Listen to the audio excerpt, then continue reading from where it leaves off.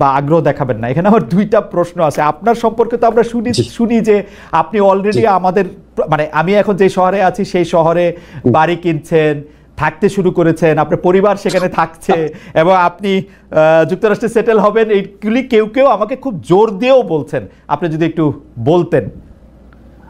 আচ্ছা, এটা তো হঠাৎ আকস্মিকভাবে প্রসঙ্গটা এলো, তাও বলছি আপনাকে যে যারা বা যে এই গুজবটা রটিয়েছে যে যুক্তরাষ্ট্রে আমরা বাড়ি কিনেছি, আমার পরিবার চলে গেছে, এবং যারা এগুলি বিশ্বাস করেছেন তাদের কাছে আমি একটা বিনীতভাবে প্রশ্ন করি যে আপনারা যার কথা শুনে বিশ্বাস করেছেন তার কাছে আপনারা কেন জানতে চান না উনি বাড়িটা কোথায় কিনেছে, অ্যাড্রেসটা কোথায়, ওই বাসাটার ছবিটা কোথায়? আপনি আমেরিকাতে আছেন অনেকদিন ধরে, আপনি জানেন আমেরিকায় যদি কেউ কোনো প্রপার্টি ওন করে, ফ্ল্যাট হোক, জমি হোক, আমি বা আমার স্ত্রী বা আমার পরিবারের সদস্য, এটা পাবলিক ডকুমেন্ট। পাবলিক ডকুমেন্ট না হলেও আপনি পেইড যে সার্ভিস প্রোভাইডার আছে তাদের কাছ থেকে যে কোনো ভাবে এটা জানা সম্ভব। সম্ভব কিনা বলে? রাইট, সম্ভব, একদমই সম্ভব। তো যারা লুকানো সম্ভব না স্যার, আমেরিকা প্রপার্টি করে লুকানো সম্ভব না। জি জি, যারা এই মিথ্যা, যারা খালেদ একটা মিনিট, যারা এই মিথ্যাচারটা করেছে এবং যারা এটা এই মিথ্যাচারে বিশ্বাস করেছেন তাদের কাছে আমার কয়েকটা কথা আছে। আপনারা নিশ্চয়ই জানেন যে কারো সম্পর্কে সম্পূর্ণ মিথ্যাচার করা, চরিত্র হরণ করা, দোষারোপ করা, এটা ইসলামের দৃষ্টিতে মহাপাপ। এবং আপনি এই মহাপাপটা যারা করলো তাদের কাছে এটা প্রমাণ না, যদি আপনি এই মহাপাপীর কথা প্রচার করেন বা শেয়ার করেন আপনিও মহাপাপ করছেন। ঠিক আছে? আল্লাহর ভয় করেন। আপনাদেরকে আমি গ্যারান্টি দিচ্ছি যে আমেরিকাতে আমার কোনো প্রপার্টি নাই, আমেরিকাতে আমার পরিবারের কারো কোনো প্রপার্টি নাই, আমাদের কোনো ব্যাংক অ্যাকাউন্ট নাই, কিচ্ছু নাই। কিন্তু আপনাদের কাছে আমার এক্সপেকটেশন হচ্ছে যে বা যারা এই মিথ্যাটা রটিয়েছে তাদেরকে বলবেন প্রমাণ দিতে, 1 নাম্বার। 2 নাম্বার হচ্ছে বাংলাদেশে তো আমার বাচ্চারা স্কুলে পড়ে, ঠিক আছে? সেই স্কুলে যারা সহপাঠী আছে, টিচার আছে, তারপর আমার স্ত্রী এক জায়গায় অত্যন্ত প্রসিদ্ধ একটা জায়গায় 6 বছর যাবত ইকোনমিস্ট হিসেবে কাজ করে। উনি বিভিন্ন ইকোনমিক মানে কনফারেন্সে যান। এখানে কারো না কারো কাছ থেকে তো জানা একটা সোর্স লাগবে, কাউকে না কাউকে বলতে। কারো কাছ থেকে যদি না শুনে, কেউই বললো না, আমার ওয়াইফের কলিগ, আমার বাচ্চার স্কুলের টিচার, আমার কলিগ, আমার প্রতিবেশী, কারো কোনো সূত্র উল্লেখ না করে, বাসার অ্যাড্রেস না দিয়ে, দলিল না দিয়ে, কোনো সাক্ষ্য প্রমাণ ছাড়া একটা মানুষ একটা কথা বলে আপনি এটা বিশ্বাস করলেন। এবং এই যে বিশ্বাস করলেন, দাঁড়ান একটা মিনিট খালেদ, আমাকে বলতে হবে, আপনি যেহেতু প্রসঙ্গ তুললেন, আপনি যে বিশ্বাস করলেন, এখন আপনার দায়িত্ব হচ্ছে যে এই কথাটা রটিয়েছে বা যেই কথাগুলো রটিয়েছে তাদেরকে বলেন যে কোনো একটা প্রমাণ হাজির করার। যদি সে প্রমাণ হাজির করতে না পারে বা তারা যদি প্রমাণ হাজির করতে না পারে তাহলে তাদের কোনো কথা বিশ্বাস করবেন না। আর যদি আমার বা আমার পরিবারের আমেরিকাতে কোনো property, flat, land, bank account কোনো কিছু পান তাহলে আমাদের সারা জীবন বিশ্বাস করবেন না। বাংলাদেশে যত অনুসন্ধানী সাংবাদিক আছে, আমেরিকাতে যত অনুসন্ধানী সাংবাদিক আছে, সবার কাছে চ্যালেঞ্জ ছুড়ে দিলাম, এই মিথ্যাবাদী এর পরিচয়, এর মিথ্যাচারের মুখোশ উন্মোচন করেন। কারণ এগুলি করে তারা সরল মনা মানুষ, তাদেরকে বিভ্রান্ত করে, তাদের দুঃখ দেয়, এবং এগুলি আপনার অনেক বেশি হচ্ছে। এই একটা জিনিস প্রমাণ চান, চ্যালেঞ্জ ছুড়ে দিলাম, প্রমাণ চান। প্রফেসর আসিফ নজরুল কিন্তু অনেক বড় একটি চ্যালেঞ্জ ছুড়ে দিয়েছেন এবং এটা খুব সহজেই এটা প্রমাণ করা সম্ভব তিনি যদি আসলে কোনো প্রপার্টি কিনে থাকেন।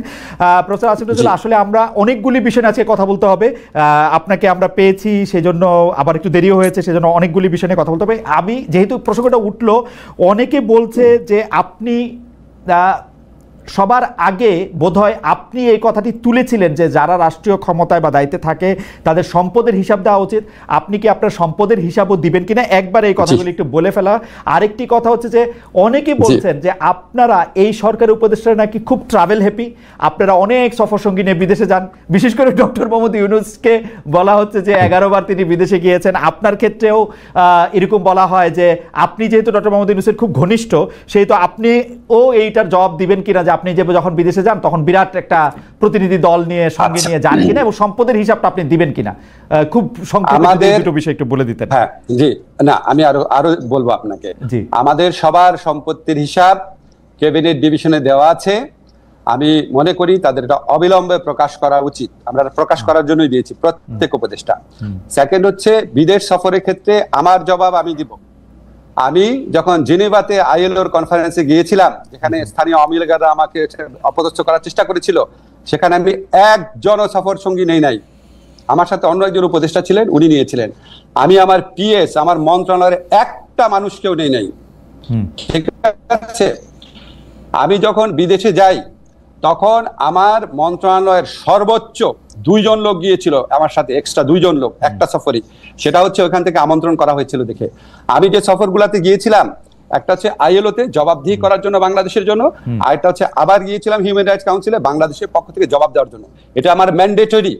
আমি সৌদি আরবে গিয়েছিলাম বাংলাদেশের শ্রম বাজার নিয়ে আলোচনা করার জন্য, আর একটা গিয়েছিলাম তাদের কনফারেন্সে তাদের অতিথি হয়ে, যেখানে 2 জন সৌদি মন্ত্রী সহ আমাকে স্টেজে তারা অনেক সম্মান করিয়ে করেছে। এবং এটা যেটার কারণে বলে রাখি আপনাকে প্রসঙ্গত, সৌদি আরবে 2 বার যাওয়ার কারণে বাংলাদেশের সাথে সৌদি আরবের প্রথম শ্রম বা কর্মসংস্থানের এগ্রিমেন্ট হতে যাচ্ছে, যেটা ইন্ডিয়া পাকিস্তানের সাথেও নাই।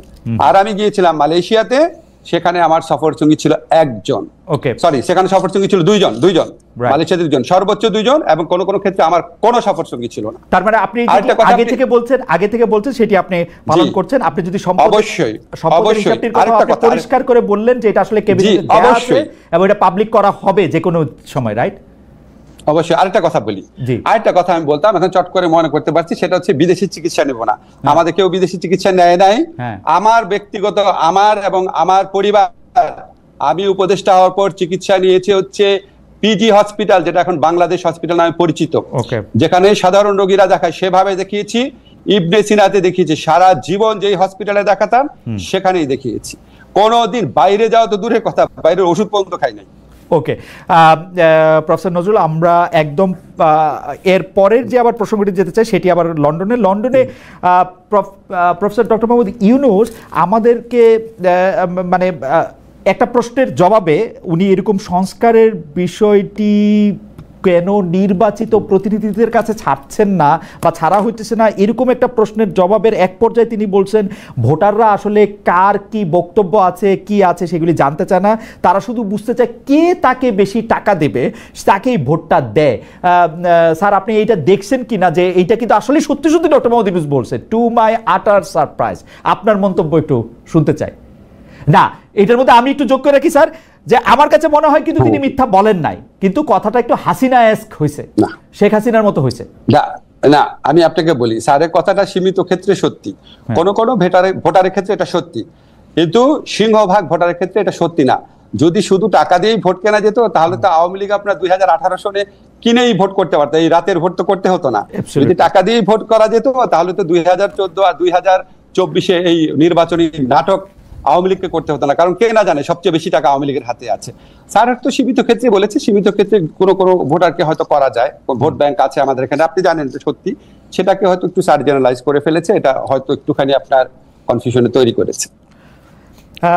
আরেকটি বিষয় আপনার সাথে নামের সাথে জড়িত, কিন্তু আমি বিষয়টাকে আরেকটু অন্যভাবে প্রশ্ন করতে চাই। আমরা দেখেছি যে গত সরকার ক্ষমতাচ্যুত হওয়ার পরে আমরা ভারতের সাথে বিভিন্ন বিষয়ের যে চুক্তিগুলি রয়েছে সেই চুক্তিগুলি জনসমক্ষে আসবে, সেটা আমরা চেয়েছিলাম, অনেকে চেয়েছিল যে সেই চুক্তিগুলি বাতিলও করা হবে, কিন্তু সেই চুক্তিগুলি বাতিল করা হয়েছে বলে একটিও আমি শুনি নাই, জনসমক্ষেও আসে না। এটার কারণ কি? অনেকে বলে থাকেন এর জন্য নাকি আপনি একজন নিয়ামক, কারণ আপনি ভারতের একজন পরীক্ষিত বন্ধু। আমি স্যার আপনাকে বলতে পারলাম না, কিন্তু অনেকে এটাও বলে। যাই হোক খালেদ, আমি আপনাকে জিজ্ঞেস করি, আপনি কি 15 বছর এই কথাটা শুনেছেন যে আমি পাকিস্তানের দালাল, আমি পাকিস্তানপন্থী, আমি আইএসআই এর এজেন্ট? প্রচন্ড ভাবে শুনেছেন না? আমি রাজাকার, ছাত্রলীগ মিছিল করেছে আমাকে ধাওয়া করে পাকিস্তানে পাঠিয়ে দিবে, অনেকবার তো শুনেছেন অনেক কিছু। হ্যাঁ, তো এখন বললাম যে এটা তো আপনার কিছু মানুষ এত সরল প্রকৃতি, তাদের কোনো একটা মানুষ অন্য একটা কিছু বললো সাথে সাথে বিশ্বাস করা শুরু করে, আমাদের বৈশিষ্ট্য। কিন্তু বাংলাদেশের ম্যাক্সিমাম মানুষের বুদ্ধিমত্তা অত্যন্ত প্রখর, তারা এইসব প্রচারণায় কান দেয় না। আপনার নিশ্চয়ই মনে আছে, আমি ক্ষমতাসীন হওয়ার পর আমাদের এই সরকার দায়িত্বে আসার পর, আমার দায়িত্বে আসার পর ভারতীয় পত্রপত্রিকায় বরং আমাকে নিয়ে অপপ্রচার করা হয়েছে, যে লস্করে তৈয়বার জিনিসটা সম্পূর্ণ অপপ্রচার, কি জঘন্য অপপ্রচার করা হয়েছে। যে বিষয়টি আমার মাধ্যমে আপনার কাছে উপস্থাপিত করতে বলেছেন সেই দুটি বিষয় আগে একটু বলে রাখি। 43তম BCS এর পাস করার পরও তাদের গেজেট নোটিফিকেশন কেন হয় নাই সেটি আপনার একটু আমলে আছে কিনা, এবং সেটি নিয়ে আপনি কোনো কিছু করছেন কিনা সেই ব্যাপারে তারা একটু জানতে চেয়েছেন।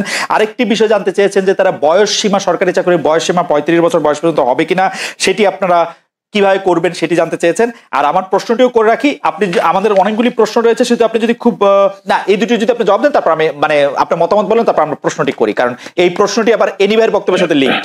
জি না, এখানে হচ্ছে প্রশাসন তো সংস্কারের কমিশন হয়েছে, বয়স সীমার বিষয়টাও আলোচনা হচ্ছে এবং দ্রুত সময়ের মধ্যেই পিএসসি তে পিএসসির সাথেও আমাদের আলোচনা হচ্ছে, যাতে এই যে নিয়োগ পরীক্ষা শুধু বিসিএস না, অনেকগুলো পরীক্ষা স্থগিত আছে, সেই পরীক্ষাগুলো যাতে দ্রুত দেওয়ার ব্যবস্থা করা যায় সে বিষয়ে আমরা কাজ করছি। আশা করি খুব দ্রুত সময়ের মধ্যেই সেটি নিয়ে পরীক্ষাগুলো হবে। ওকে, আর প্রশ্নটি হচ্ছে যে এক দফা সরকার পতন আন্দোলনের আগে আপনাদের যে 9 দফা দাবি ছিল তাতে দলীয় লেজুর ভিত্তিক ছাত্র রাজনীতি নিষিদ্ধের দাবি ছিল আপনাদের, কিন্তু অনেক ক্ষেত্রে সেটি দলীয় লেজুর ভিত্তিক ছাত্র রাজনীতি না হয়ে গোটা ছাত্র রাজনীতি নিষিদ্ধের দিকে আপনারা যাচ্ছেন, এটি একটা কথা। আরেকটি কথা হচ্ছে যে উপাচার্যদের সরিয়ে দেওয়া হয়েছে, বড় পদগুলিতে নতুন নিয়োগ হয়েছে, 2-3 মাস বন্ধ থাকার পরে ক্লাসও শুরু হয়েছে, কিন্তু ছাত্রলীগের যারা নেতাকর্মী আছেন তাদের লেখাপড়ার কি হবে? আপনারা, তারা তো ক্যাম্পাসে ফিরতে পারছে না, রাজশাহীতে জাহাঙ্গীরনগর বিশ্ববিদ্যালয়ে তাদেরকে পিটিয়ে মারা ঘটনা ঘটেছে, তাদের আসলে ভবিষ্যৎ কি হবে? এই দুটি ব্যাপারটা যদি একটু বলেন। আরেকবার একটু যদি বলতেন। মানে একটা তো হচ্ছে যে 9 দফার একটা দফা ছিল যে ছাত্র রাজনীতি, ছাত্র রাজনীতিটাকে দলীয় লেজুর ভিত্তি মুক্ত করবেন, কিন্তু এখন দেখা যাচ্ছে ছাত্র রাজনীতি বাদ দেওয়ার। জি দেখুন, ছাত্র রাজনীতি নিষিদ্ধের কথা কিন্তু মানে আমরা বলছি না, বা বৈষম্যবিরোধী ছাত্র আন্দোলন থেকেও বলা হচ্ছে না সরাসরি, মূলত সাধারণ শিক্ষার্থীদের জায়গা থেকে এটি আসছে। এটি আসছে কেন, এটাও আমাদের একটু বুঝতে হবে যে আমাদের কিন্তু শিক্ষার্থীদের একটা দীর্ঘদিনের ট্রমা রয়েছে, যে একটা ক্ষমতায় সরকার যায় এবং তার ছাত্র সংগঠন সেখানে ক্ষমতা চর্চা করে, দখলদারিত্ব করে এবং শিক্ষার্থীদের উপর নির্যাতন করে। এখন সামনের আমরা এখানে এখন না হলে অন্তর্বর্তীকালীন সরকার, কিন্তু সামনে যদি একটা রাজনৈতিক দল ক্ষমতায় আসে, তার ছাত্র সংগঠন যে একই কাজ করবে না সেই নিশ্চয়তাটা শিক্ষার্থীরা চাচ্ছে, এবং সেই ট্রমা থেকে কিন্তু সারা এই কথাটা বলছে। কিন্তু আমরা মনে করি যে এটি কোনো সমাধান নয়, ছাত্র রাজনীতি অবশ্যই থাকতে হবে। সেক্ষেত্রে দলীয় লেজুর ভিত্তি মুক্ত করেই স্বাধীনভাবে ছাত্রদেরকে কাজ করতে দিতে হবে, রাজনৈতিক চর্চা করার সুযোগ দিতে হবে। আর ছাত্রলীগের ছাত্রদের ক্যাম্পাসে ফেরা বা তারা তাদের জীবনের নিরাপত্তা, শিক্ষা জীবনের নিরাপত্তা, সেটি সেক্ষেত্রে দেখেন, ছাত্রলীগের একটা বড় অংশ কিন্তু এই আন্দোলনের সময় আমাদের সাথে জড়িত হয়ে গেছে। আন্দোলনের শুরু থেকে, কোটা সংস্কারের সময় থেকে কিন্তু তারা আমাদের সাথে এসেছিল। এবং ছাত্রলীগের আসলে খুব কম একটা অংশ যারা আসলে চিহ্নিত সন্ত্রাসী, যারা আসলে বেশিরভাগই যারা অছাত্র অথবা সন্ত্রাসী কার্যক্রম করেছে ক্যাম্পাসগুলোতে, হলগুলোতে, তারাই কিন্তু আজকে ভয়ে ক্যাম্পাসগুলোতে আসতে পারছে না, কারণ তাদের আসলে কোনো নৈতিক জায়গা থেকেও তারা শিক্ষার্থীদের সামনে দাঁড়াতে পারছে না। তো সেক্ষেত্রে বিশ্ববিদ্যালয় প্রশাসন ব্যবস্থা নেবে। আমরা একটা রিকনসিলিয়েশন প্রজেক্ট অবশ্যই চাই, যারা চিহ্নিত, যাদের বিরুদ্ধে সুস্পষ্ট অভিযোগ রয়েছে তাদের বিরুদ্ধে প্রশাসনিক এবং আইনগত ব্যবস্থা যাতে নেওয়া হয়, এবং এছাড়া যারা নিরপরাধ বা নীরব ভূমিকা পালন করেছে তারা তাদের শিক্ষা জীবন শেষ করতে পারবে। এই বিষয়ে আমরা বিশ্ববিদ্যালয় প্রশাসনের সাথে কথা বলেছি।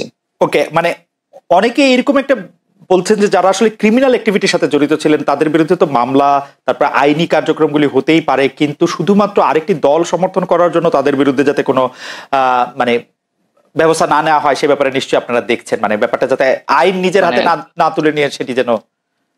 খালেদ ভাই, আমি জাস্ট একটা কথা বলতেছি যে আমরা কিন্তু আর আগের পরিস্থিতিতে নাই যে অমুক দল সমর্থন করে, এটা কিন্তু ছাত্রদল শিবিরের মতো বিষয় না যে ছাত্রদল করে দেখে তাকে ক্যাম্পাসে ঢুকতে দেওয়া নেই, এখন ছাত্রলীগ করে বলে তাকে ক্যাম্পাসে ঢুকতে দেওয়া হবে। একটা গণহত্যা হয়েছে এবং এইখানে কত কত শিক্ষার্থীদের উপর হত্যা করা হয়েছে, এটার বিচার না হওয়া পর্যন্ত তারা যদি তাদের সাথে এই ঘটনার সাথে জড়িত থাকে, এবং ক্যাম্পাসগুলোতে আপনি দেখেছেন 15 তারিখ কিভাবে আমাদের নারী শিক্ষার্থীদের উপর হামলা, বর্বরোচিত হামলা করা হয়েছে, তো সেই হামলাগুলোর বিচার যারা এটার সাথে জড়িত ছিল তাদের বিরুদ্ধে অবশ্যই প্রশাসনিক ভাবে এবং আইনগত ভাবে ব্যবস্থা নেওয়া হবে। এবং এছাড়াও আমরা বলেছি যে গত 16 বছর ধরে যারা ক্যাম্পাসগুলোতে এই ধরনের হামলা নিপীড়ন করেছে, এবং প্রচুর অভিযোগ কিন্তু প্রক্টর অফিসে এখনো জমা আছে, যেটার কোনো ব্যবস্থা নেওয়া হয় নাই। তাদের বিরুদ্ধেও আইনি ব্যবস্থা নেওয়ার ক্ষেত্রে আমার মনে হয় যে এটাতে দ্বিমত পোষণ করার কোনো কাজ দরকার নাই, সুযোগ নাই, কারণ এগুলির বিচার হতেই হবে। ছাত্রলীগ গত 16 বছরে যত কিছু মানে ছাত্র ছাত্রী নির্বিশেষে যে নিপীড়ন চালিয়েছে তার বিচার আসলে অবশ্যই হতে হবে। আমাদের শুধু কথা ছিল যে সেটি যেন আইনি প্রক্রিয়ার মাধ্যমে হয়। শুধুমাত্র আপনি এটি পরিষ্কার করলেন যে শুধুমাত্র ছাত্রলীগ, ছাত্র শিবির, ছাত্র দল বলেই তাকে ক্যাম্পাসে ঢুকতে দেওয়া হবে না, এরকম কোনো কিছুর ব্যাপারে আপনার সিদ্ধান্ত নেন। আপনাকে ধন্যবাদ। এখানে যে একটা বিষয় যে আমরা যেটা বারবার বলছি যে ছাত্ররা স্বাধীনভাবে আসলে রাজনৈতিক কার্যক্রম করতে হবে তাদেরকে, এবং সেক্ষেত্রে রাজনৈতিক দলগুলোর কিন্তু সবচেয়ে বেশি ভূমিকা রাখতে হবে, এবং এই মুহূর্তে তাদের এই কমিটমেন্টটা ছাত্রদের কাছে করতে হবে যে একটা ছাত্র সংগঠনকে কি তারা কেবল তাদের দলীয় কাজে লেজুর হিসেবে ব্যবহার করবে, নাকি স্বাধীনভাবে তাদের ক্যাম্পাসগুলোতে শিক্ষার্থীদের পক্ষে কাজ করার সুযোগ করে দেবেন, 1 নাম্বার। 2 নাম্বার হচ্ছে ছাত্র রাজনীতি বা ছাত্র নেতৃত্বের বিকাশের প্রধানতম জায়গাটা কিন্তু ছাত্র সংসদ নির্বাচন, এবং আমরা কিন্তু 90-এর ডাকসুর কথাও শুনেছি। এবং কিন্তু 90-এর পরে বিএনপি যখন ক্ষমতায় আসলো তখন কিন্তু ছাত্র সংসদ নির্বাচন আমরা দেখতে পেলাম না, এবং যার ধারাবাহিকতা আওয়ামী লীগে রেখেছে, এবং 28 বছর কিন্তু ডাকসু নির্বাচন ছিল না। ডাকসু নির্বাচন ছাড়া, ছাত্র সংসদ ছাড়া কিন্তু আপনি কোনো ছাত্র রাজনীতি আসলে কল্পনা মানে যে ছাত্র রাজনীতি সেটা আসলে সঠিক নেতৃত্ব চর্চাটা হয় না। তো ছাত্র সংসদ এই নির্বাচনটা আসলে এই বিএনপি যদি ক্ষমতায় আসে তারা এটা অব্যাহত রাখবে কিনা, বা তারা পূর্বে এটি রাখেনি কেন, এই বিষয়টি আমি তার কাছে জানতে চাচ্ছি।